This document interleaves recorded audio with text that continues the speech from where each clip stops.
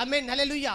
అందుకే వాక్యం ఏం చెప్తుందంటే, ఆయన ఒక దగ్గర సముద్రంలో పోతుంటే ఆ యొక్క సముద్రము ఆ పొర్లి పొంగుతుంది, గాలి వస్తుంది, పెద్ద గాలి వస్తుంటే చూడండి, ఆయన ఎప్పుడైతే కామ్గా ఉండని ఎప్పుడైతే చెప్పాడో, నిశ్శబ్దం కానీ ఎప్పుడైతే చెప్పాడో, ఏం జరిగిందంటే మొత్తం సముద్రం అంతా నిశ్శబ్దం అయిపోయింది.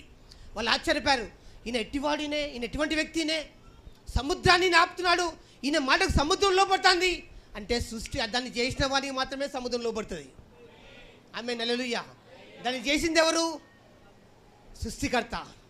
సృష్టికర్త ఆ సముద్రాన్ని చేశాడు కాబట్టి సముద్రం చూడండి, సృష్టికర్త మాత్రమే లోపడుతుంది.